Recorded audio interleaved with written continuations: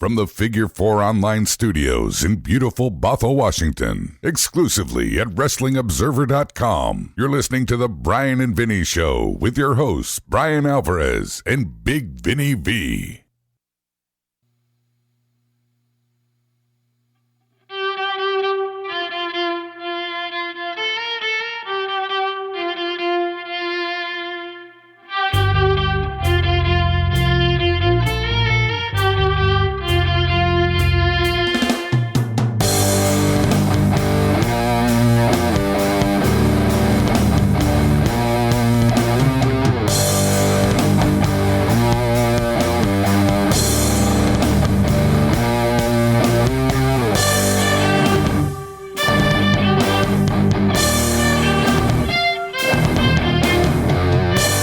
Cliff's getting too good for his own good. It's March 27, 2018, figure4online.com/wrestlingobserver.com. That is, in fact, young Cliff of Vinny is a Goober fame. He's cooler now. Dude. I like him a lot more now. How old are we? Oh, He had just learned to talk when he said Vinny is a Goober. Yeah. We're ancient. We're decrepit and withered. Shit. Now look at him. Should mention, if you want to check this out, you could go to my Twitter at Bryan Alvarez, and I have just retweeted it. Should be right there up at the top at Bryan Alvarez. Cliffy's song with his buddy. What a performance. Brings a tear to a glass eye. All right, let's get going here. We got Retro Raw and Nitro 19 years ago this week. Cliff's song better than both shows. Am I wrong? I love Nitro. You loved Nitro? For nothing that had anything to do with anything that happened in the ring. What could you possibly have loved about Nitro? Nitro is the show where Tony Schiavone ran out of fucks. Well, That's true. That is true. Yeah. And it was great. It was great. I goes as far as to say that Tony was a complete tool. Oh, come No. on. What are you talking If about? by tool you mean hero. Why was he a tool? Because he was working for a bunch of idiots? No, every time Bobby tried to get a word in, Well, Tony would shoot him down. I hate people like call him that. Stupid. There you go. But come on, look what he's working for. Tony hates Jiminy Christmas. hates the show, Hates his job. hates his job, hates the commentators he works with, all three of them, hates the behind-the-scenes producers, and he was letting you, the viewer, all of America know how much he hates everyone. And Bobby still cracked him. Eventually he did. Yeah. He still cracked him. He's the best. Well, let's get started. See, if I had more time, I would have gone back and just categorize or put all the Tony stuff together. You should have. Just listed that and skipped all the wrestling because who gives a shit? Oh, I got a lot to talk about with this wrestling show here. Well, let me tell you. Let's begin. Monday Nitro number 185, March 29th, 1999, from the lovely city of Toronto. Yeah. I've never been there, but I've heard. So, I've been there. It's lovely. David Flair and Tori Wilson are having a black and white date, calling Ric Flair a loser. They're literally having a fireside chat. Yes. They're both sitting on a chair. Mm-hmm. They're kind of staring into each other's eyes, except David's awkward. Right. There's a fire in the background, like in a fireplace. Sure. Yes. Not like arson. Yeah. Important detail. And like she's sort of touching him, but not really. She kind of got her hand like near him. Well, that's not touching then, is it? And he's like, I can't believe my dad is such a loser. I'm sorry. Too much. I'll try it again. Yeah. I can't believe my dad is... Too much. I can't do it. It's impossible It's literally impossible. to imitate the lack of enthusiasm David Flair had here. I can't believe my dad is such a loser. Anyway, Tori can believe it. I can't believe my dad is such a loser. No one can do it. He's more talented than I thought. Yes, so. So, anyway, yeah, his dad's a loser, and Hollywood's the dad he never had. Mm-hmm. The announcers were pushing a Volkswagen Beetle. They were giving away... Not literally. That's a good point. They're not actually pushing it. They were promoting it. Right. They're giving away this Beetle as an advertisement for a video game. Just struck me as a very Nitro thing to do. Mm-hmm. They always did this weird stuff. Yeah. Surprised they didn't have a guy driving it. Like their official... WCW official Beetle driver? Yeah. And have Ricky Rackman interview him. And they'd interview him, yeah, and he'd just be like a normal guy Yes. with nothing to fucking say, and they'd just go on and on. So David Flair then. Yeah. So, yeah, the crowd was demanding Bret Hart from the get-go, and they showed Bret last week claiming he could beat Goldberg in 5 minutes. Then they went to commercial. Mm-hmm. That was the first segment, everyone. Okay, they re-aired Conan's music video. No disco this time. How many weeks does this go on? Dude, I don't know. It's a good video. We saw it for like 6 weeks by itself, and then like 3 weeks with Disco, and now we're back to it by itself. Sure, yeah. Listen, it's a fine video. I've seen it now. Well, new viewers. So Conan comes out and does a spiel. He starts to run down Disco when Vincent interrupts. They had the worst Excuse me. Are you telling me that the opener on this episode of Nitro, the first match on the show, Yes. is Conan versus Vincent? Is that what you're telling me? Hey, that's a step up from Van Hammer and Bull Payne. In what way is Vincent Conan is a step a up? star. Well, he is, but Vincent is a step down from both those This guys. is a lateral move at best. It is Well, a terrible match on paper. It was a Yes. terrible match in the ring. It absolutely was. Although my standard, Vincent did one thing smart is that he had his first match in years 3 or 4 weeks ago, and he did the worst match there could ever be. So now whenever he comes out and does a match, no matter how bad it is, I think, better than that other one. So his match is impact testing. Basically, yeah. Okay. Yeah. Yeah. So, yes. Gave me a concussion. Before the match, they had the worst back and forth on the mic ever. Zero chemistry. Vincent actually got the last word in because Conan was Guess he just wouldn't shut frustrated. He was just frustrated. I'm done. Vincent just kept talking and talking and talking, and Conan tried to get some time, and Conan, fuck this. I'll let you have the mic, Vincent. So as I wrote here, Vincent was merely terrible. I do believe at one point he had a reverse atomic drop that legit crunched Conan's huevos. We were one match in, and the announcers are already talking over themselves and calling each other out on it. Mm-hmm. So Stevie Ray comes out and distracts Vincent. Conan cuts Vincent off, hooks the tequila sunrise for the win. Whoop-de-shit. Bobby wasn't even there yet. It was No, this is Mike and Larry and Tony. Larry. Yeah. Oh God. Now, see, I can understand Tony getting frustrated with Larry. Not Bobby. You guys really hate Larry. No, I don't hate Larry. I didn't say anything negative about Larry. I don't like Larry. I was just pointing out if it was bad with Larry, just wait till Bobby gets there. So Hogan and Tori are now having a chat about the flares. For some reason, they began to talk about the finger poke of doom. Yeah. So Tori, she goes, Hulk, you know that David considers you like a father to him. And Hogan's all cool with that. And then she starts going, she is trying to stir shit between Hogan and Nash. Right. Okay. That's her goal. Mm-hmm. So she brings up the finger poke of doom, where Hulk Hogan touched Nash. Yes. And he fell down and was beaten for the title. Yes. She goes, was that real? That's what she said. And Hogan goes, yeah, of course. And she goes, well, Always a worker. do you think that you could beat him again? Oh, hell yeah, of course. That's the beginning. He whispers something in her ear and she giggles. Yeah. Then Mean Gene brings Hogan out for a promo. As usual in Canada, he's utterly beloved. And so, he's been doing the sort of double turn with Flair anyway, but he just says, hell with it, I'm going to be a babyface today. And he cut a babyface Hulk Hogan promo. The whole show, except for on vignettes. Yeah. He's going to beat Ric Flair and take the world championship back. Do it for those brothers who asked him about the border and tested his biceps at 24 and a half inches. Well, this was supposed to be a babyface turn a couple of weeks ago. He's supposed to be a babyface. But man, did they go crazy for this guy. This was a preview of Rock versus Hogan 3 years from now. Yes, it was. That's what this was. And almost to the day. He knew they loved him, so he went in a full old school Hulk Hogan mode. Yeah. All of his crazy promos he used to cut that didn't make any sense. Custom guy. He claimed he showed up at Customs and a dude measured his arms. Yeah. He'd gained a quarter inch. Well, Brian, they are very careful about the weapons that are allowed into Canada. I guess so. Had to get them guns tested. And then once they tested the guns, they said, who you gonna beat up tonight? That's right. And he said, I'm gonna beat up Ric Flair. So he finishes, and announcers say, oh, by the way, there are rumors that Sting was spotted going through Customs. Kind of hard to miss. You would think. Yeah. Probably got pulled over at that little building with the face paint. I would think so. I'm not going to try that. I had the worst experience. Oh, no. Which time? Dude. You went through a border crossing in face paint? Not border crossing, but I went through the metal detectors and everything. The security checkpoint at the airport. I see. Okay, yeah. Dude. Were you in face paint? No, but I don't see where we're going with this. it sucks. I'm sorry you had a bad day. Fucking, I'm about to go through, and I'm like, what do I have to take out here? And he goes, just make sure your shoes are off. I said, do I have to take my computer out of the bag?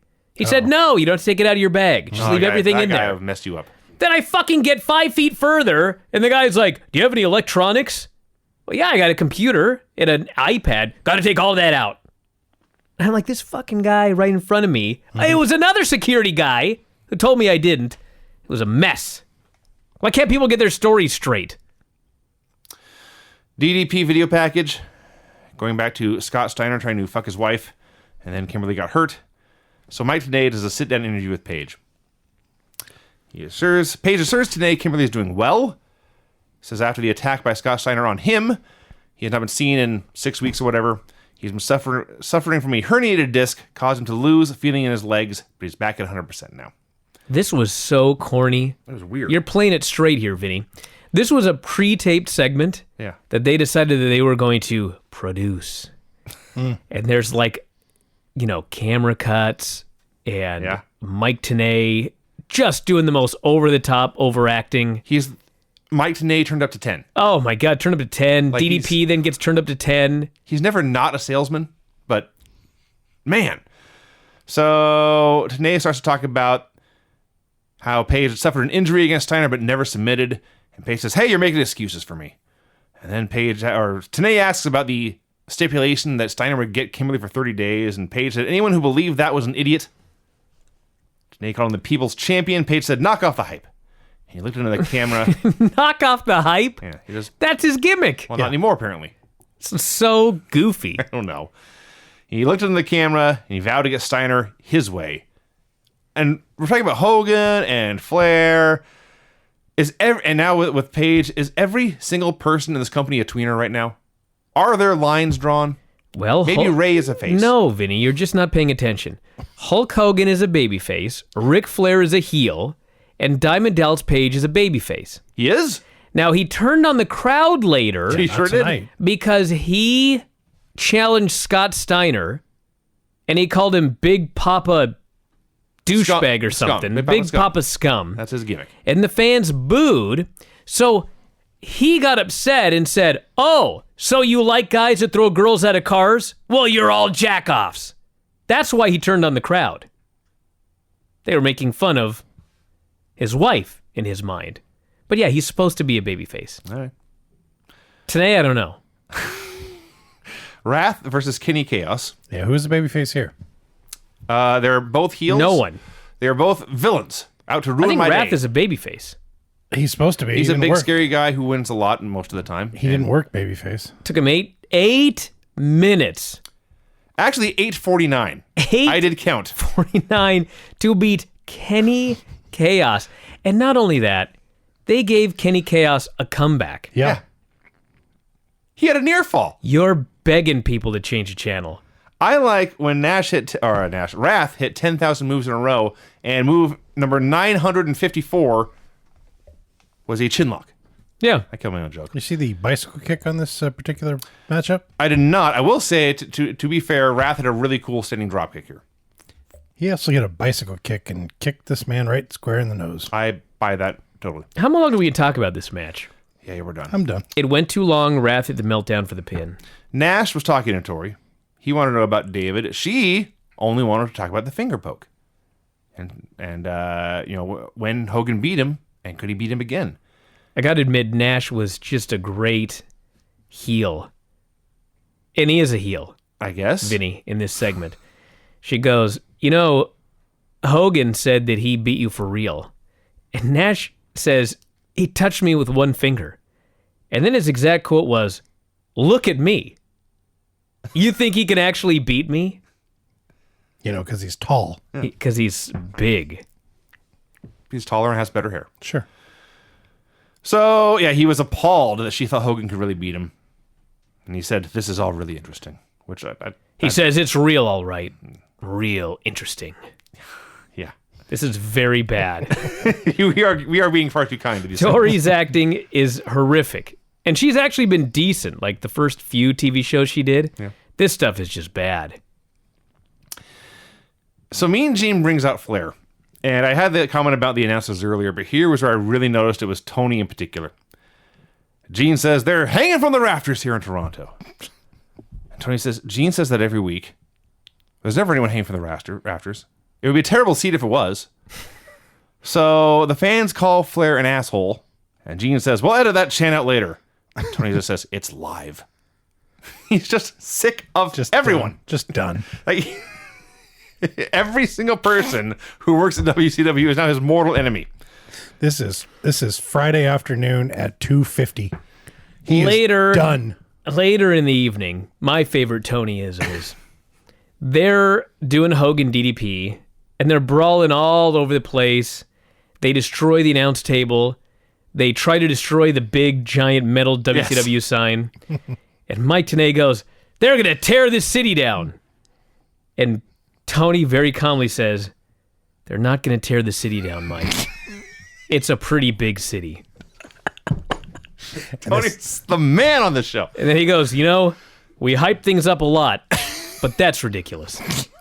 Tony Schiavone, the greatest night in the history of our sport. We hype things up a lot, Tony, but that's ridiculous. They're not going to tear all of Toronto down. He reached his bullshit limit, and he is having none of it. Tony is an angry drunk. He's not drinking. I also came to the conclusion that he was not at 100%. No, he's just over it. So come on. So Flair comes out. Pay this man some respect. They're in Toronto, so he threatens to beat up the hockey player Ty Domi. And he says, "It's the only country in the world where I can make a $100 bill last for a week at the Marriott." And of course, I am not Ric Flair, so I thought, how is that a bad thing? Well, with the exchange rate, I'm sure you get a little bit. So DDP comes out, and they get in each other's faces, and Flair says, "I have the book. And I acknowledge you've elevated to great heights, much to my dismay." Says, "I got the book again. I can bury you like I used to." Yes. And DDP goes, "It must have killed you to have to call me a superstar when I came out here." Mm-hmm. So Flair books Page against Hogan. Hogan comes out. Page says if he has to go through Hogan and then take Flair's belt to get to Steiner, that's what he's going to do. Okay, I understand he's angry at this man for hurting his wife. The world title should not be a stepping stone to anything. He threw his wife out of the car, Vinny. They did.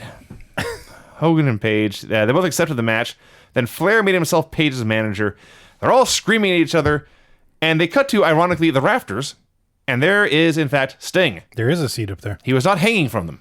Vinny, if Craig threw Bridget out of a moving car, and your response was, "I want the world title," I'm going to take that Texarkana title from Bryan so that I can get a hold of you. That's really, really stupid. His wife should be his number one priority over the world title. She was thrown from a moving car. The other thing is, if Craig threw Bridget out of a moving car, she would beat his ass. Well, that's true. That's true. She would get up, dust herself off, and run and chase the car. My wife takes no shit. Yeah. Anyway, Flair demanded Sting come down to the ring. Sting refused. Hey, he's in the rafters in 1999.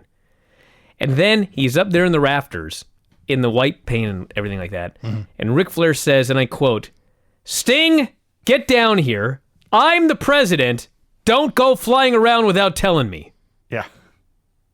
He's not a bat. We never saw him again. No. Sting had to fly up, cross the border, put on his makeup, be on TV for 15 seconds, take his makeup off, fly back across the border, and go home. Oh, maybe he was wearing the makeup. That's why he got stopped at the border. I guess so. Scott Norton versus Rick Steiner. This was fun. Oh, yeah. It was. I was expecting more. Because Scott Norton didn't want to do a job. Well, Scott Norton definitely did not want to do a job, and Rick Steiner didn't want to actually work. Well, Rick Steiner didn't want to mess with Norton either. That's possible, too. Yeah, that's true. So they're talking about cauliflower ears because of Rick Steiner's headgear, and Schiavone starts making fun of Larry's ears. Mm-hmm. He should get those fixed. And Larry says, "I'll keep them. It scares guys on the golf course." Schiavone says, "You're not going to scare a pro golfer with a cauliflower ear. Can't handle it." So Rick, half-assing it, still threw Scott Norton around like I've never seen before. And they were brawling on the floor, and Rick threw him into the post a bunch of times, hit the diving bulldog. Ref counted 3. Norton kicked out at 3.1. It was not as good as I expected. Mm-mm. Rey Mysterio Jr. was backstage asking Kidman to team with him tonight. He said Benoit and Malenko had an open challenge. Kidman did not want to at first. They had a singles match booked against each other later, but Rey talked him into it. Rey says, "Let's just worry about tonight for now. We know everything about each other. Let's go out there and win those titles." Kidman agreed. Now this match, Chris Adams versus Booker T. This was fun. I liked it. I don't know what Booker T did to Chris Adams, but he was pissed. and it looked like there were liberties taken. There may have been by both men in this match. Hey, it worked. It entertained me. So here was where I determined Tony had been drinking. He's just openly buries Mike Tenay for plugging his hotline. Says he won't say anything on TV, but I'll plug his hotline all damn day. And then Tenay says something like, well, what about what Larry said? And finally says, I'm not even listening to Larry right now. He's had it up to here. He can't take anymore. So they had what, up to this point, I think by the end, was still the best match of the night on either show. When Booker hit his dropkick, you got to see Chris Adams sell this dropkick. Mm-hmm. Dropping his arms, looking to the sky, and then collapsing was great. The fans booed a handshake and then cheered for the opposite of a clean break, a kick in the corner. Schiavone's just appalled at the state of the world. He can't take it. Booker came back. Here's what I loved about this match most of all. I've said this before, but it's true. Not every match needs 36 near falls. There was a heat segment. Booker cut him off. Booker hit his comeback, hit his finish, and won. Simple. Don't make me work as a fan to keep track of what's going on. So yeah, Booker won. It was a fun match. Yep, great super kick by Adams on the outside. Problem was nobody took Chris Adams seriously. And how could you? He hasn't won a match on Nitro. Problem with this show, it's like, if you look up and down this show, I mean, let's take the quality of the match out of the show. All right? On the other channel, it's a bunch of stars facing each other, or guys who are pushed as stars. This show, you've got Conan and Vincent. Wrath and Kenny Chaos. Yeah. Scott Norton and Rick Steiner. Chris Adams and Booker T. Chris Jericho and Jerry Flynn. Yes. Like, what? Who is that? They got 400 fucking wrestlers under contract. Yeah. And that's barely an exaggeration. It was like 360 to 380. That's the matches they put together on a 3-hour Nitro. Absolutely. And here was where the show peaked. And by the show, I mean the entire run of WCW Monday Nitro. It starts with the same Rey Mysterio promo they played last week. This is all the 1 hour, 60-minute mark into the show, by the way. I recommend you all go there immediately. So the promo ends. They just play Rey's promo from last week. And then Schiavone and Tenay had the following conversation, which I wrote down word for word. Tony begins. He made this challenge to Kidman, and let's go take a look at what he said last week. Let's pause. Tenay says, Tony, we just saw what he did last week. To which Schiavone replies, oh, we did? I didn't get a countdown. We saw it? All right, well, sorry, fans. That's what happened a week ago. Then Tony and Bobby begin to argue about Jerry Flynn's nickname, whether it's Thunderfoot or Lightning Toes, whatever. Right. And Tenay says, well, you can see it says Lightning Foot on his tights. And then now Schiavone's turning on Tenay. His back's to his face is to the camera, Tenay. We can't see his tights. And now Tenay has had enough of Tony. Mm-hmm. Well, we've only seen Jerry Flynn for months and months in the show. We've had many opportunities to determine that his name is written on the back of his tights. And on the back of his tights, we all know it reads Thunderfoot. Lightning Foot, whatever. So they are... Oh, you idiot. They're arguing about camera angles. They're arguing about where Jericho is from the 1 minute or 1 hour 16 second mark for the next 90 seconds to 2 minutes. The funniest thing that ever happened on Nitro. I was dying. It was awesome. Well, man, it's going to be your lucky day then, dude, because we got years left of this. Hey, you know what? You think it just ends right here? I hated it at the time. If it's like this every week, maybe I'll like it in round 2.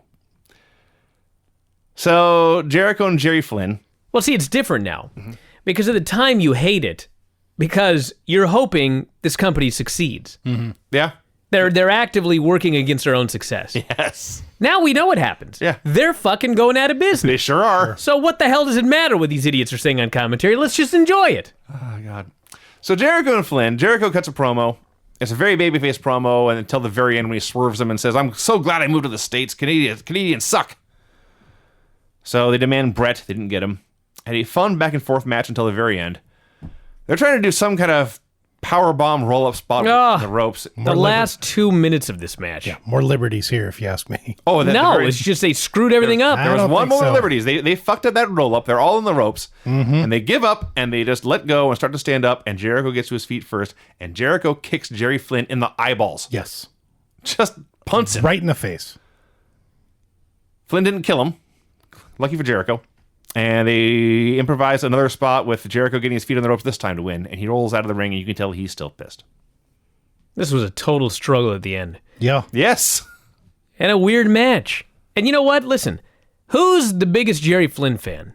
You. Yeah. I admit no one else is. It's Right. Jericho versus Jerry Flynn. You should love this match. You're missing my point. Am I? Can we figure out how to book a show at some point? The fuck is all of this? Finally, the show turned around with Bret Hart. No. Before we get to that, Mean Gene and Spice showed off the Beetle again. Oh, God. And they're showing it off it's like watching Price is Right with Bob Barker and a model. Sure. Show off the car. Without, all the harassment and such. Probably. Yeah. So they go to break. They come back. Shivani's confused. He tries to throw it to Gene in the car again. But of course, they already showed that. So then they go into the match. And all I can think is, we are watching with our own eyes. This ship is sinking. And Tony Schiavone is frantically trying to climb from deck to deck to deck, trying to keep his head above water. I think the ship is sinking and he's got a bucket and he's putting more water in the bucket. Maybe the other way to That's what look he's at it. doing. So Bret Hart comes out. Before the promo starts, Heenan says, and Heenan, by the way, by this point, he knows Tony's on edge, and now he's needling him. Hey, Tony! And there's a pause, and then you hear, what, brain? I remember this. So Incredible. Someone who has more time and technical ability than I do, please just edit down every word Tony Schiavone says in this show for me. It'll be like a 20-minute audio file, and I'll love it. It was something where Heenan goes, hey, Tony. There's a long pause. Tony goes, yes, brain. And he goes, you want to know what I think? And Tony goes, no. Yes. I couldn't write everything down. And so Bobby goes, well, I'm going to tell you what I think. And Tony goes, see, fans, we don't want to hear what he has to say, but he's just going to say it anyway. Then Bobby goes, well, fine, I'm not going to say it. Tony goes, what are you going to say? I'm not going to say it. This happened, everyone. He's not making this So up. then they start cutting to Bret coming down to the ring, and they're still going. And Tony's like, all right, Bobby, just tell us what you want to say right now. And Bobby goes, I'm not going to say it. Tony goes, you've forgotten. Your brain is empty. Bobby goes, no, it's not empty. I just don't want to tell you now. Just on and on. Unbelievable. The best And anti-chemistry. then Bobby's like, just go home. Yeah. Or no, Heenan goes, just go home. And Tony goes, I don't live in Canada. This is off the top of my head, by the way. I didn't write any of this down. He goes, just go home. Tony goes, I don't live in Canada. And I forget what Bobby said after that, but They were just yelling at each other, telling each other lost to it. leave. Yes. This is like two 6-year-olds on a playground arguing. It was awesome. So, Bret Hart. He's in Canada. He recites the lyrics to O Canada. Notes he's a 5-time world champion. Can't get a match with anybody. He starts rattling off names like Flair and Hogan, and the fans who cheered all these men earlier are now booing them every time their names come up. he was the one guy. He could bury everybody, including Hulk Hogan. And they loved him. And then hated the guys he was burying. And finally he gets to William Goldberg. You big chicken. Big chicken. He said Goldberg, and this must have been in some press PR deal or something. He said Goldberg was putting up money to fight Steve Austin. No, this was months ago when Goldberg went on The Tonight Show and challenged Steve Austin. Oh, I remember that now. Yes. It was very, very dumb. It was lame. Yeah. Low rent. Yeah. But Bret says, I fought Steve Austin a bunch of times, and every time I fought him, I beat him. He says, Goldberg, you think you're a big, tough football player, but this is hockey country. And at this point, he removes one hockey sweater to reveal another hockey sweater. Toronto Maple Leafs. Yeah, you went to Toronto. So Goldberg comes out to very clearly piped in chants, because these fans are booing him, but they're still... Yeah, they were like afraid he might get booed. It's like, you're in Toronto. What the fuck were you expecting with Bret Hart out there, you idiots? So Goldberg comes out, and this is actually very famous. I thought this happened later in the timeline. So did I. I thought it was in the summer. I thought it was after Bret got hurt, but clearly it wasn't. Goldberg hits the ring and spears Bret, but then both men are down. They both collapse. They're both just laying there for a few minutes. I remember this, but what I'd forgotten was Goldberg gets in the ring and spears the guy, And they both lay there. And I mean, they laid there forever. Minutes. And I got to give Bret like a little bit of credit because, I mean, even though he's wearing a metal plate, he did take a spear from William Goldberg. Yeah. So he should have been down for His a little whole while. body is shaken up. Yeah, but I mean, man, he sold that thing forever before he woke up. So eventually he wakes up, he stirs, he rolls Goldberg over, counts his own pin. The place goes crazy.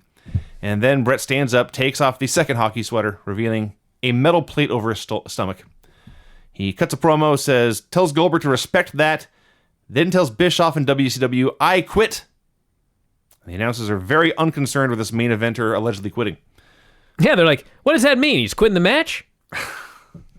So this is very, very famous, as we all noted, even though we all thought it came later. In hindsight, it's pretty silly.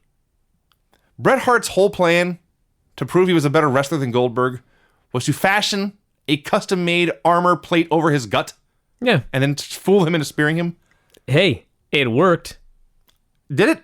Yeah, he knocked the guy out. This proved he's a better wrestler? He got a visual pinfall on the guy. I see. He's only the second guy ever to get that. That's actually a valid And he point. didn't use a cattle prod. No, he did not.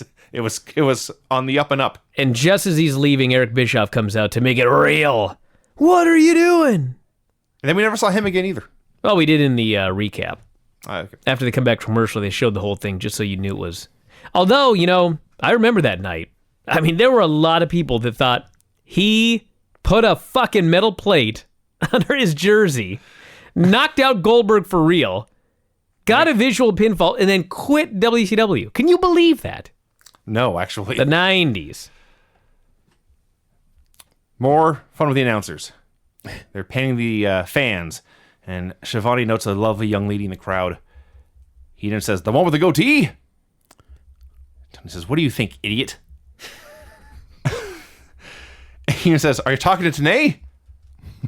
I might be, actually. Tony just hates them both. At this point, had I been paying more attention in 1999, I would have paid more money to see Tony fight as announcers than any other match WCW could have put together. So Buff Bagwell comes out for a promo. He confirms he and Scott Steiner are no more. Their coupling has come undone. They've broken up. Says fans can cheer for whoever they want, but he loves them as much as they love him. Which is actually a great line, because it sounds like he's sucking up to the fans, but if you listen to what he actually says, he's just saying, if you boo me, I'll be a dick. Buff Bagwell versus Norman Smiley. Norman Smiley's real name is Norman Smiley. Yes. So that was your fact of the day. Okay. He's one of those guys where, sometimes you see a guy and he hears his wrestling name and Can't be real. it's like, why did you come up with that? You know what I mean? Like Bobby Fish was one of them. It's Yeah. kind of like, why did you call yourself Bobby Fish? Like you like fish? Then it turns out that's his last name. Yes. Then I felt kind of dumb. But I kind of thought that about Norman Smiley. Like, why did you choose Smiley? It turned out that's his last name. He should have been a dentist. So Buff wrestled exactly like he did in the NWO. Posing constantly, laughing at himself, intimidating the ref. Norman's entire heat was just neck cranks, which is pretty much going to be every Buff Bagwell match until the end of time. And then Buff made his comeback and won with a blockbuster. This was not terrible. That was all right. Then the announcers actually appeared on camera for banter. And this was the moment Brian was talking about earlier, where I like this one. yelling at each other, openly calling each other dumb, openly telling each other to go home. I felt it was kind of lighthearted at this point.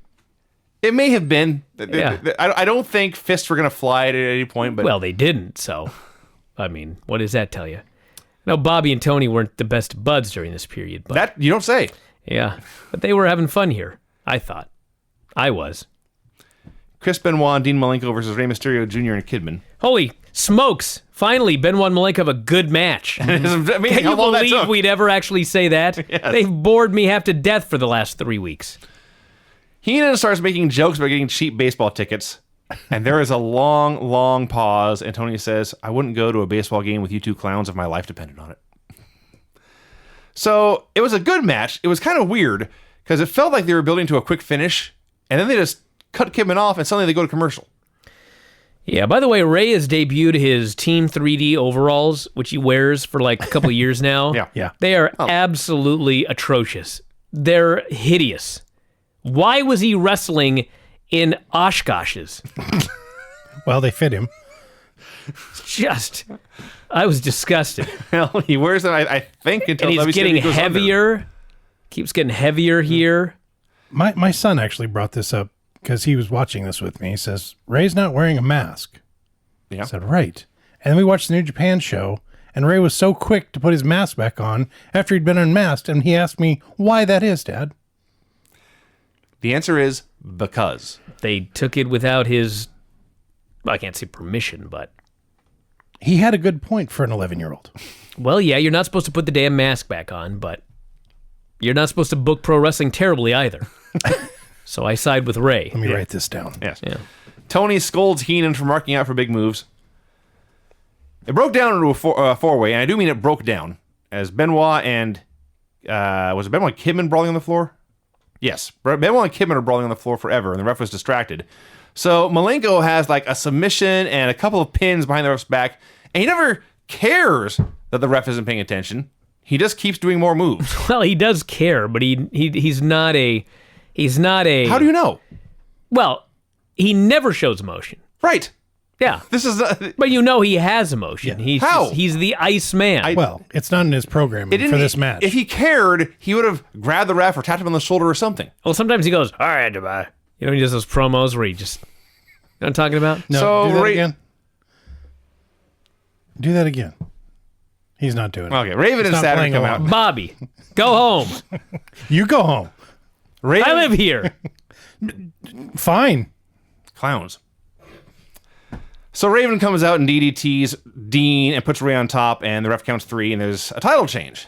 Yeah, Raven. Yeah. Which is funny because maybe... Because it doesn't make any sense. Well, it doesn't make Right. any sense. But Spring Stampede is coming. Yeah. A show we went to. It was a very good show, in fact. But one of the matches on that show was Raven and Saturn against the Horsemen, which in my mind, I remember it being a title match. Maybe it's not. No, it was. Okay, so at some point here, the Horsemen get the belts back. Clips from Spring Breakout. What would you put the over-under on the number of hookups resulting from these wrestlers hanging out from these young ladies in bikinis? Very, very small, Vinny. Really? Yeah.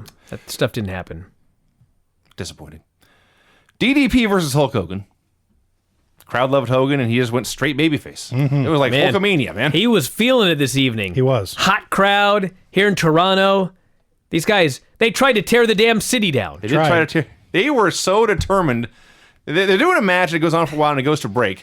And when it comes back, they're at the announce desk. The announcers are gone, and I just assumed they would never either never come back or they would join in the fight.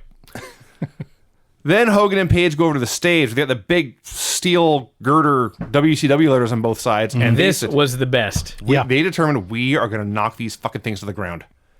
And they whipped each other into them, and there's a big clang, and they would go. So they just go over and over again. That is No, the it was sound even of better teetering. because like they throw each other into them and they clang into these things and they kind of go like this. They clang into them again. They go like this. Then Hogan like throws him into it and DDP clangs into it, but then lays on it. And then Hogan goes and he's like pushing. Yes. Like we're gonna get this fucking thing. We're They gonna were knock it over. They were blatantly working together to push us over by the end. They didn't. They They got one of them. Kind of. Yeah, I guess so. No, they got one of them. I don't believe that. So they go back to the ring.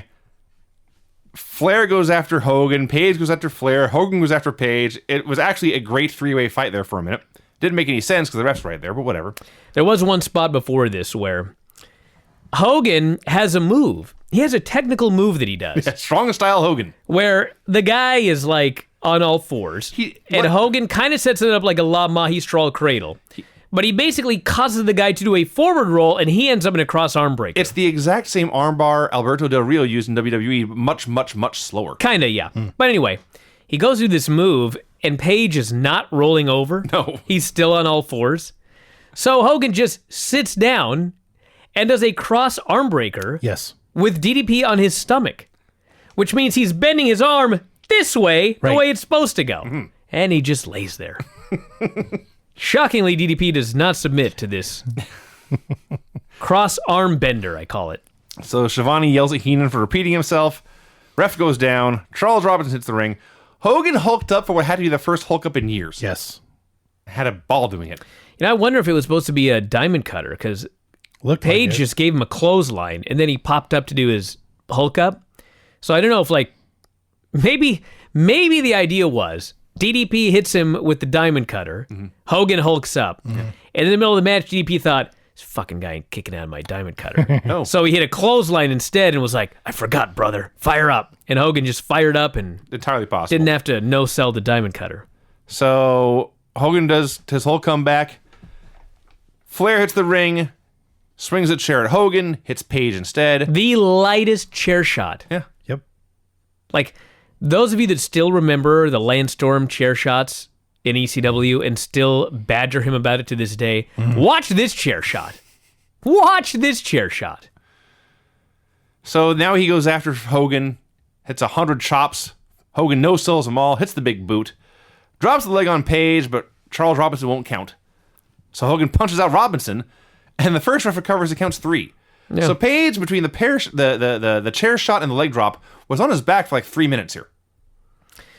Well, you know, they announced that now Hogan was in line for a title shot, and DDP obviously got screwed by a crooked ref.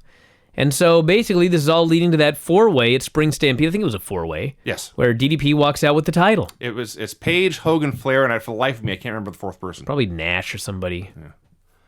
So anyway, I will remember this show for a long time due to Tony Schiavone's live meltdown. Let's see who was the fourth man. Oh, why it was Sting. Oh, okay, there you go. Who does Nash wrestle on this show? You do Nash and Goldberg. Oh, yeah, Nash rematch. and Goldberg. That's right. Yeah.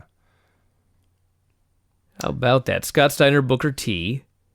Benoit Malenko versus Raven and Saturn. Ray versus Kidman again. Conan versus Disco. Scotty Riggs versus Mikey Whipwreck. Bam Bam Bigelow versus Hack. Yep. And the Hoovy Blitzkrieg. Very famous match. It was a very good show. It was. And we got to see Hulk Hogan working us. That's right, we did. He was limping into a hotel. He had he was pretending he had a leg injury. Yeah. But he didn't have a leg injury. So we were out. We met Chris Benoit that night. We did. And we were in the parking lot. And there is like the hotel or whatever. It was a building of some sort. It was the Sheridan downtown, and the parking structure was adjacent to it, but there was like a side entrance. that Yes. He actually had to walk up. So he had to go through this entrance, and there's nobody around. Like, we looked up, and it was like that, it's the wall, brother. Like, he's that far away. Yeah. And here's this dude just limping his way. And it's like, that's fucking Hogan. He's selling his fake knee injury when nobody's around to get into this hotel. Yeah. It's very impressive. I don't know why. Brian, do you have my music ready? Oh, no, I don't. I always feel awkward asking for it. I wait for Craig to do it. Why? Just ask for the damn music, dude. Is this Okay. it? I don't really care what it is, honestly. The finishes on this show were submission after distraction, clean pin, pin with feet on the ropes, clean pin after interference, and finally, pin after a ref bump and a chair shot and interference and all sorts of other bullshit. Hey, at least we got to finish in a Nitro main event. Yeah. Silver lining. Newsworthy. Frankly, as far as newsworthy finishes go, wait till we get to this Raw, I'll say. which we shall do right now. Retro Raw number 305, also March 29th, 1999. They recapped the last 6 months of the McMahon-Austin feud, and then showed Austin celebrating his win over The Rock at WrestleMania the night before. So Austin comes out to celebrate. He says, I got to give Rock credit. It was a hell of a fight. And that's the end of that sentimental crap. I love Austin. Says he woke up with a bunch of empty beer cans and his new belt, and he determined this belt is not worth the trouble or aggravation. And what I couldn't help but notice is the number of times in this promo when Steve Austin used the word belt. Well, it is a belt. It is. Yes. But it was so odd to hear that on a Vince McMahon produced television show. It may have been this single promo that turned Vince off after hearing it for the 4,000th time. So he said he wanted Vince to come out so he could relinquish the WWF belt. Fans boo this. Out comes Vince. He's surprised. He peeks his head out of the curtain, and he's like kind of got a grin, but he's not sure. And he suspicious. slinks his way out, and his smile gets bigger. He Like, was the Grinch. Yeah. So So he cautiously enters the ring, but finally he takes the belt from Austin and he smiles. And he can't leave well enough alone. He's got to poke the bear. I knew, Austin, I knew one day you'd crack under the pressure. And I should say thank you, or I could say thank you, but I'm not going to. And he starts to leave. And Austin says it's not going to be that easy. And he has them show the video from September when Vince fled the building with the Smoking Skull Championship belt. No memory.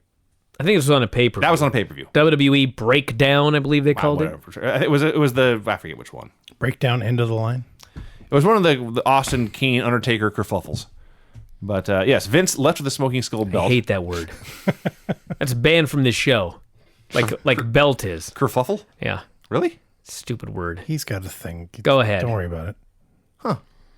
I'll try to avoid it. So, anyway, Vince, after stealing the Smoking Skull's belt, then vowed to put it above the fireplace in one of his many homes. Yeah. So that's the video. And Austin says, all right, I returned your belt, but I am still champion. I want you to send your butlers to Greenwich, Connecticut, and get my belt. You got 2 hours to get this belt here. I'm going to beat your ass in front of everybody. Yes. So Vince says, no, the belt is mine. And I'll remind you, you can still be fired if you lay your hands on me without sufficient physical provocation. So Austin shows a video of the night before when, in the middle of the ring in the WrestleMania main event with the whole world watching, Vince stomped a mud hole in Austin. And Vince says, I believe that is sufficient physical provocation. I love that apparently in the contract, it says, Steve Austin cannot lay a hand on Vince McMahon without sufficient physical provocation. Mm-hmm. However, if there is significant physical provocation, Mr. Austin has a 24-hour window with which to kick Vince McMahon's ass, after which he can no longer kick the ass of Mr. McMahon. That must be how it is written. That's how Austin explained it. He said he had 24 hours to kick Vince's ass. Maybe Austin was working as his own lawyer. Who was working as Vince's? Yeah, the 24 hours conveniently expired at the end of Raw. Which, by the way, even with this storyline, this is so stupid. Because he's waiting till the last minute to get the belt back. Yeah. He should have said, you have 1 hour, or I'm going to kick your ass. All Vince has to do is wait till 10:59, come out, run around for 30 seconds, 60 seconds, and then he's okay. I guess so. Sure. Because the moment that clock hits 11:01... Either that or Austin just really did want the belt back more than anything. Well, he did, obviously. Yeah. This all went less than 15 minutes, so it's totally fine. Oh, I forgot, there's an end. Austin's music plays, but then Vince drops him with a belt shot and then runs for his life. Yes. And Austin, of course, you can't have the hero laid out by this villain in particular. So Austin just gets up and smiles and repeats that Vince has 2 hours. There you go. Vince meets with his crew. Oh, God, first... 8 million people arrived. Yeah, I did. I mean, seriously, it was like... Here's so-and-so walking backstage. Here's so-and-so these in the people building. arrive. Here's these folks walking in. These people arrive. These people arrive. Paul Bear's 900 pounds today. These people arrive. It's crazy. He was so big. He was gigantic. Had some cool sunglasses, too. So Vince meets with his crew. Tells Stephanie to call the house, get the belt delivered to the Where arena. the fuck did she come from? She has been around. They've been slowly working her in. Well, actually, no, they had her because she was at the house. She was at the house, but now, like, all of a sudden she's at Raw as a regular character. Now Vince, they could have explained this better, but if you had your daughter at home being stalked by the Undertaker, you probably want to keep her close by so you can keep an eye on her. That's fair. You know what I'd do? Stay home? I'd call the fucking police. You can do that too. Every time there's a problem, everybody's like, Vince, you got to call the cops. Oh, I can't call the cops. They tried that. Which actually, I guess we'll find out later why he's not calling the cops. But for now, it's ridiculous. Yeah. So, let's see. Tell Stephanie to call the house, get the belt. Shane starts to scold Vince, but Vince scolds him right back, shuts him down right away. Calm down. We're doing this my way. Do things my way. Which is a very important line, by the way. Mm-hmm. We're doing this my way. Mm-hmm.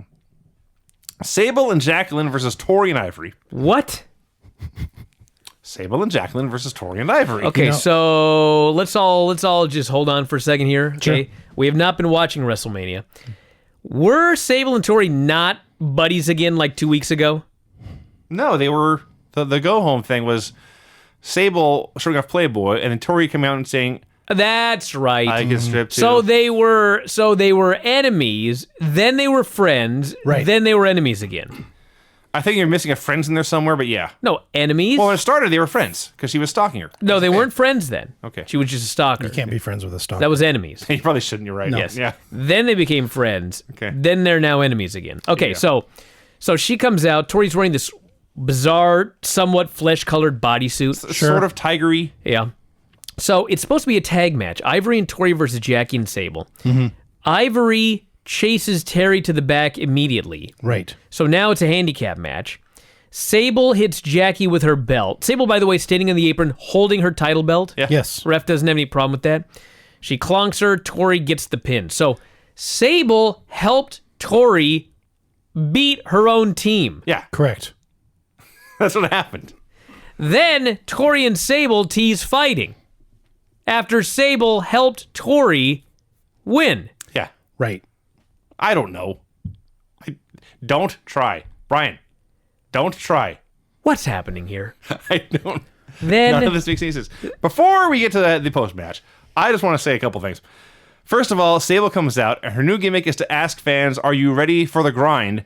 And then do the most unerotic dance you've ever seen. Yes. PMS now has an entrance graphic. I wouldn't say the most unerotic. I mean, the Blue Meanie dances on every show. Yeah, you're right. So, PMS is an entrance graphic. It's just the letters PMS over a giant pair of boobs. That's true. That's the whole thing. Now, I did some math myself, and with Sable, Jacqueline, Who else Tori, did math? and Ivory, and also Terry, I did some math. I got out a slide rule and an abacus, and realized after I did all my math, and my math all checks out, there was 38.56 pounds of silicone in and around the ring. There was a lot more implants back in the Attitude Era I'm than there so are disgusted. these days. Well, it's our job to report. I don't know if there were more implants. There are just better implants today. The math checks out. That maybe, Brian. that's possible. Yeah. So, okay, so that all that bullshit happens. Tori and Sable are facing off, even though Sable just helped Tori win. And then the Ministry of Darkness interrupts. And they all come running out. I don't know where the hell Tori went. Sable is trapped in the ring. Sable is trapped, and the Undertaker grabs her and he says, I'm here to see what you've got. And then She doesn't even miss a beat. Tori says, Sable says, of course he is. She I'm just hot. starts grinding in front of him. He is unimpressed. no, I don't know what he was waiting for. Grabs her by the neck and demands Vince come out or he's going to snap Vince's meal ticket. That's what he said, yeah. Not sure if she's his meal ticket, but well, she is selling a lot of magazines and getting yeah, for WWE Playboy. and getting WWE's F's name out there in the public. I guess. I think Austin's his meal ticket, but So, Sable's trapped in the ring. Yeah, he's got her by the neck. He demands Vince come out before he snaps Sable's neck. Shane offers to go in Vince's place, but Vince says, no, you stay here and keep an eye on Steph. I'll go to the ring. He goes out on stage, asks Taker, what kind of man are you? And he looks around and realizes this is not the entire ministry. And he shouts, Stephanie! And he runs to the back. this fucking guy goes to the back, and of course Stephanie's gone. You know who else is gone? Shane. What a shitty brother. This fucking guy, what's he doing? No He idea. just immediately left the room when Vince went out It was there. 2 minutes. He went to get a hot dog and a Coke. You had one job. Yeah. He Watch has your one sister. job, stay in the damn room. It's not even watch this strange person. Watch your little sister. So he's an absolute Keep idiot. an eye on her so these zombies don't kidnap her. She's gone. Vince is near tears. I know they'll find her. So they go to break, and they come back. Vince is yelling at Shane backstage. He says, this guy hanged the big boss man last night. Who knows what he'll do to Stephanie? True. He did hang him. Yeah. And they're both actually near tears, and they say, let's go search the parking lot. X-Pac comes out for a promo. Says it's the 1 year anniversary of his return to the WWF. He had come back because his friend had called him to help keep DX together. They kicked ass for a year, but last night that all changed.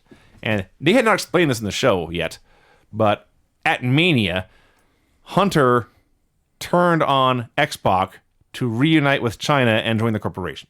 Yes, he I have zero memory of this. cost X-Pac the match against Shane. And so X-Pac is now mad. I remember the heel turn. I forgot that he actually was in the corporation for a while.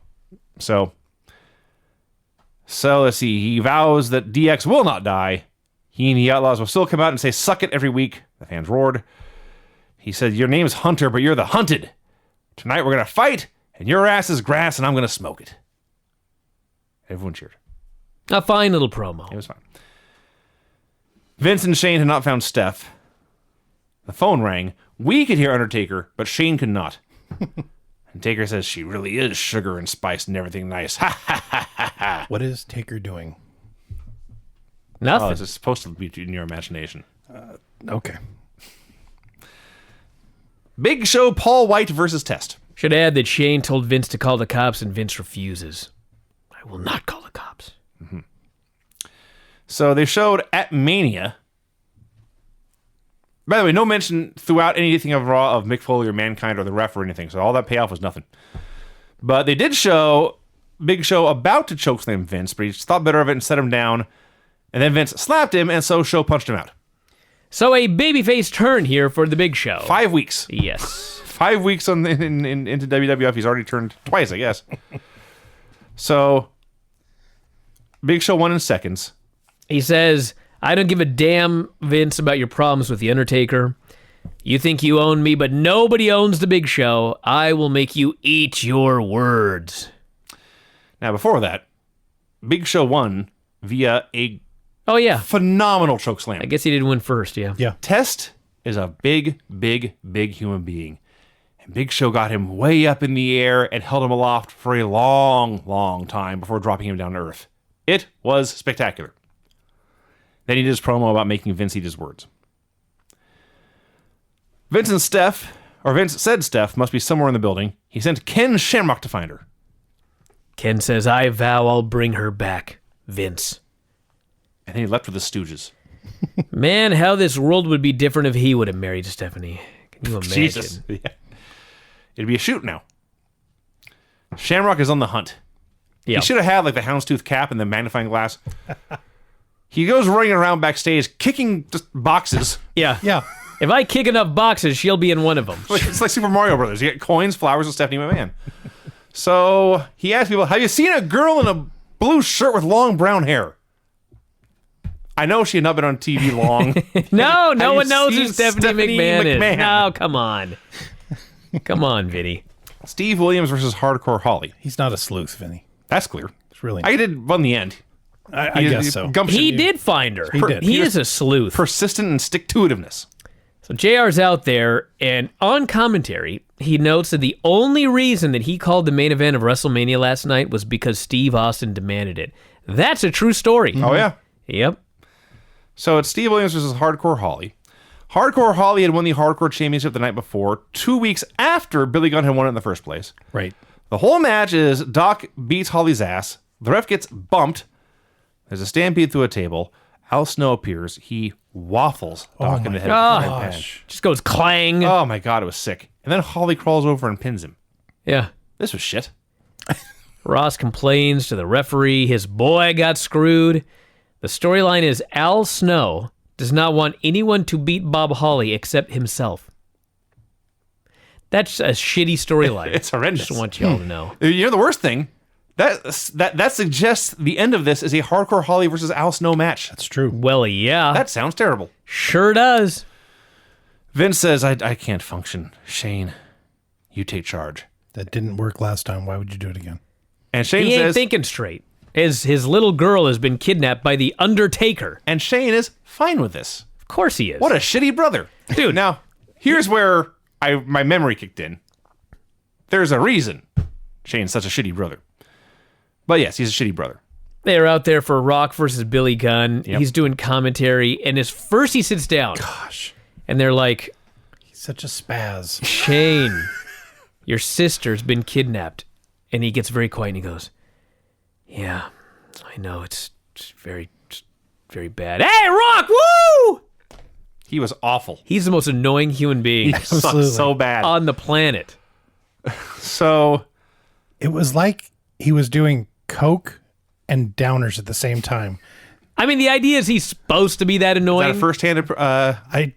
He was he would- exceedingly he would- good at his job. He would do exactly what Brian was talking and be very moment. Yeah! He's such an idiot.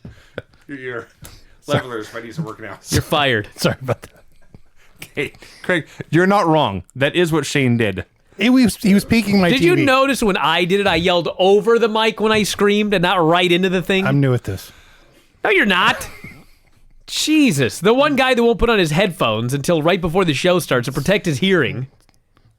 That's not why. Did I mention that Tony Schiavone is my hero? Oh, my God. So, Get out of Toronto, Craig. Shane was Sorry. horrendous. Rock's doing commentary. Billy moons him. That's their high spot. Do you know that I have what's called a brick wall limiter, and he exceeded it? I think he may have exceeded an actual brick wall. Oh, my God. They did some stuff. They botched some stuff. Rock hit a rock bottom and people's elbow for the win. Now, What? I'm fucking deaf. I can't get over this. Jesus Christ. I'm sorry. I apologize. Don't ever do that again, Craig, please. Done and done. they're not done with this, but technically, since there are no rules in a hardcore championship match, this meant there had now been 3 clean finishes in a row on Monday Night Raw. Bullshit. No, it's true. That's amazing for this period. Shamrock returns to the back, or I guess he was still backstage. He assures he's sobbing Vince, I'll tear his legs off and beat it out of him. This leads to Ken Shamrock versus Gangrel. Okay, whoa, hold on a second. He's looking for Stephanie McMahon. Yes. But he's got a match, Brian. Vince can't say, hey, forget about the fucking match with Gangrel. Go find my little girl. Brian, you've seen the contracts. They're signed. You must be prepared for the match at a certain time. When this fucking guy came out here to wrestle Gangrel, I was so infuriated at how stupid this fucking show is. But it led to him finding Stephanie McMahon. They laid a trap, Brian. Craig, this is fucking stupid. They outwitted the brood. He thought that he can go out there and beat some information out of Gangrel. Oh, really? So he wrestled him for 10 fucking minutes before he beat him? It did take a long that's ass fair. time. Jiminy I don't know Christmas. why this match had to go so long. It was very bad early. It was better later, but it did go much longer than it needed to. And let's see. Shamrock hit the ugliest Frankensteiner I've seen in quite some time. Hooked the ankle lock. Gangrel tapped out. It was actually a beautiful Frankensteiner. It was just the weird bump that Gangrel took. No, may have been. That's fine. So Gangrel taps. The lights start flashing red. The brood attacks. The lights go out. And when they come up, Shamrock has been hit with a bloodbath, but he has trapped Christian. And covered in blood. That's not the key. The key is he didn't fucking sell it. Because That's he's also- Ken Shamrock. That's also true. This ain't the first time he's been covered in blood. No. True. He didn't care. He's like, this is fake blood. This is not even mine. You fucking idiots. Yes. So he's got Christian the ankle lock, screams, where is she? Where is she? And Christian screams she's in the basement. The basement of the arena. With Pee-wee's bike, I assume. Yeah, how about that? Ken goes to find her covered in blood. 4 people got that joke. More than that. So they go to commercial. They come back. Shamrock is still covered in blood. He goes into the basement and immediately loses the camera crew. Like still knocking over boxes and swatting at things. Road Dogg versus Goldust. So last night, there was a 4-way. Go on. There was a 4-way for the Intercontinental title. It came down to Goldust and Road Dogg. Ryan Shamrock tripped Goldust. This gave Road Dogg the win. So Goldust's reward for getting pinned by the champion at Mania is to get a rematch 24 hours later for no reason at all. Ryan does not come out with Goldust, but does come out immediately thereafter. Blue Meanie cuts her off and sends her to the back. Goldust goes for Shattered Dreams, which would have been a DQ, would have been a loss and another failure to win this title, but Road Dogg, like an idiot, pulls the referee in the way. So Road Dogg drags Meanie into the ring. He uses Meanie as a weapon. Meanie hits a belt shot behind the ref's back. Goldust hits the curtain call, wins the match, wins the title, and thus the Intercontinental title match at Mania is rendered completely irrelevant. Dude, anybody who wants to make fun of my memory, don't even bullshit me and tell me you remember any of this. I mean, come on. Goldust winning the Intercontinental title from Road Dogg the day after Mania? Nope. This belt is dead. Oh, yeah. I also didn't remember the tagline of WrestleMania 15 was the raging climax. Yeah. Rob laughed. Oh, God. So Goldust cuts a promo, says, I know what I've been missing. I know who I am, and soon you'll know, too. I have no idea what he's talking about. You're not supposed to, you numbskull. He's supposed to be mysterious. I watched this. I watched all these shows. You would think... Anyway. I don't remember either. Maybe he's coming back as, what's his goofy name in TNA? Black Rain. Black Rain. He's got to gain 100 pounds first. Yeah. And get a rat. And I mean a rat, an actual rodent. Bloody Ken Shamrock found a very scared Stephanie McMahon in the basement. She was just sitting there. She didn't run from him. She couldn't find her way out of the basement. She ain't tied up. She's just like sitting by some. They put like Midian's makeup on her. Pipes. Yeah. There's a man covered with in Not even blood. supposed to be makeup. She's supposed to be like so scared that she's turned white and red. There's a black mark on her forehead. Well, that, yeah. There's a man covered in blood coming towards her in a basement, and she was okay with this. Oh, look, help. Well, whatever. So he consoled her and led her away. And Steph is reunited with her family, and Vince is through tears ranting about those rotten bastards. So at WrestleMania, they didn't have any tag teams to challenge for the belts. So they did a battle royal where the last two guys got a title Funny, shot. you mean this year or back then? Back then. That's the storyline this year as well. At least this year they did it before the show. So there was a match to build after the battle royal.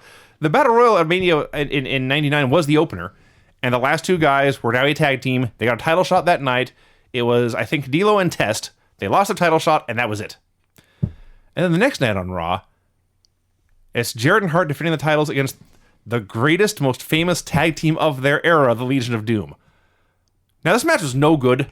It fucking sucked. It was a horrendous match. But one of these matches sounds like a Mania match, and one does not. Well, this was a one-time appearance. Is this their last appearance? This is their legitimate last appearance Okay. until a one-day 2003 comeback. Yeah, because I mean, they've already been here many times after Hawk fell off the Titantron, which I thought was the last time they were seen, in Hawk's case, ever. And this is the Mandela effect. The fact that Hawk did return after he fell off the Titantron. I mean, that did not happen in the timeline I grew up in. Right. That's just a fact. So this match sucked. Animal went the whole way until Hawk hit the Doomsday device. And then Deborah and Paul Ellering distracted the ref. And Jarrett bonked Animal with a guitar, and Owen pinned Animal to win. Yeah, there's fucking guitar debris all over the ring. Ref's just like, let me get past the 6th string right here and I can count. Stupid. A limousine I'm arrived. sickened already. A limousine arrived, and the driver popped out, ran the Smoking Skulls belt into the building. Abdul. We learned this is Vince's driver, Abdul. Yeah. Vince is thanking everyone, especially you, Kenny. Thank you, Abdul. Kenny. Is it ever Ken or Shamrock? It's Kenny. And Vince says, I'll always be indebted to you, Kenny. As far as I'm Lies. as far as I am concerned, this night is over.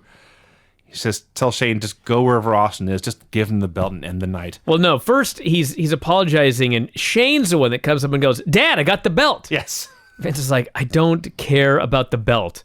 Like, find his dressing room. Just go give him his stupid belt. I'm going to take Stephanie home. And of course, after he leaves, this moron has got his own plan. Because earlier on, Vince said we're going to do it my way. And Shane ends up saying we're going to do it Shane McMahon's way. Yes. This is why Steph took over. Art imitated reality, apparently. X-Pac versus Triple H. Now, as I said earlier, I remembered Hunter doing a heel turn at Mania this year, but when he came out with Shane on one side and Chyna on the other to Vince's theme, That was weird. It was weird. it was very weird.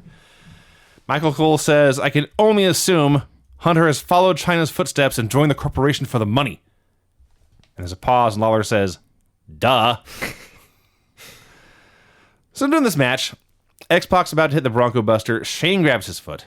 X-Pac chases Shane, and as he's chasing Shane, Chyna clotheslines him for the DQ. They hit him with a low blow and a pedigree afterwards, but then Kane comes out. The show is almost over, and they say, oh, by the way, at Mania, Chyna turned on Kane to reunite with Hunter before Hunter turned on X-Pac to reunite with the corporation, or unite with the Do you corporation. know, by the way, that when Vince was telling Kenny that he always had his back, or what did he say? What was I'm the term? forever indebted to you. I'm forever indebted to you? Yeah. He didn't even make it till next year. No. Huh. How about that? Did you realize in storyline they're feuding in like a month? Yeah, I know. It's weird. So Kane comes out. He's a scary monster for a bit, and then Hunter hit him really, really hard in the head with a chair. Yeah. And Lawler called him a retard. Kane sat up, stalked Hunter to the back. Shane's still out there, still wearing his European title over his clothes like a geek. Oh, he's such a geek. But it's great. You see all these, all the fans who go by the belts and throw them over their shoulder, over their t-shirts and the sports jerseys. Shane started it. Yep. He did. Like, they thought he was cool. Yes. But the idea was that he was a geek. Yeah. But they didn't get it. They were little kids. So Shane calls out Rock, who comes out with a Smoking Skulls belt. And he cuts a promo. He admits he was not WWF champ anymore, but it took 2 stunners to beat him. Then Austin just comes charging out and they brawled. Shane gets stunnered, but that gives Rock a chance to lay Austin out. So the corporation comes out now to beat Austin up, to join in it's a gang beating. They're all coming out en masse. But Hunter, never let it be said this man is stupid. Hunter says, if I just come out with all these, like 15 guys, whatever, I'm just a tool. But if I run out there just for a little bit, it'll be me and Austin and Rock in the ring, and I'll be on their level. And so he runs down the ring, his ramp as fast as he can. And for 12 seconds, it's Hunter, Austin, and Rock in there. And then there's a crowd of people. By the way, I don't know if we really mentioned this or not. I may have already forgotten, but Rock was so over on this show as a babyface. Yes. Like, he wasn't when he was going up against Steve Austin, but they got him in there with Billy Gunn. Nobody gave a shit about Billy Gunn. They're chanting for The Rock. Billy Gunn makes his big comeback to deathly silence. And then he gets cut off with the Uranage, the rock bottom. The place just goes absolutely crazy. This guy's over. This Rock is a popular superstar. He's a very charismatic and likable fella. Yeah. So they're all beating up Austin until Big Show comes out and he and Austin cleaned house. Hunter's getting bigger every week, by the way. Hunter's getting... His weight gain. Yeah. He discovered Mega Mass 2000. He's on a bulking phase. Yeah, those... So Show hits Hunter with a chokeslam that's even better than the one on Test earlier. It's holding him way over his head. And I know there's like a lot of his weight's on his shoulder and chest, but it looked so cool. Big Show is a one-of-a-kind star. Did you know, by the way, speaking of Shamrock, that he has a son named Sean Garrett? I did not know that. Yeah, isn't that weird? Like, is Garrett his middle name? No, Sean Garrett. Huh. Well, I guess Garrett would be his middle name, but anyway. Sean Garrett I know is not Ken Shamrock's son. No, he sure ain't. He looks nothing like him. No. Sorry, Sean. No, he knows. Sean's going to be offended. He doesn't look like Ken I Shamrock. can't believe you are telling me I don't look like Ken Shamrock, Craig. You'll never get into a concert in this town again. Here's what they have in common. Sean got lazy and no longer wears glasses. That's the one physical feature they share now, a lack of eyewear. But it's funny, he finally got his LASIK and got rid of his glasses, and now glasses are cool. Yes. Yep. I hadn't thought of that, but that's true. It's true. It's absolutely true. So, extra attitude. Austin drank some beer. I didn't watch any of it. Let me tell you what I wrote and tell me if I was accurate. Okay.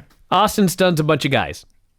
No, actually. Really? The 2. Okay, well, that's a bunch of guys. That's more than one. He drank a lot of beer. He invited Rock to come share a beer. Through the art of pantomime, they communicated to the crowd there would be no stunners or rock bottoms in this beer exchange. Yeah, I believed him. But Rock is a liar. So Rock took his beer, but then threw a punch at Austin. And This is every extra attitude ever. Absolutely. Austin ducked and stunned him. So then Shane's out. Oh, no. Rock's getting to his feet. It takes him a while. And as he's getting to his feet, Big Show's been in the corner the whole time. Yep. And Austin goes over and tells him what to do. So Show gets in position for the choke slam, but they're waiting, and they're waiting, and they're waiting, and Rock turns around, and Austin zips in front of Show and cuts him off, hits a stunner instead.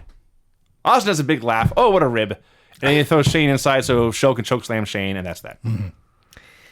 Actually, this is notable. This actually is, even though it all came off the air, you could see what their plan was, and obviously plans changed, but their plan was, it's just Hogan and Andre all over again.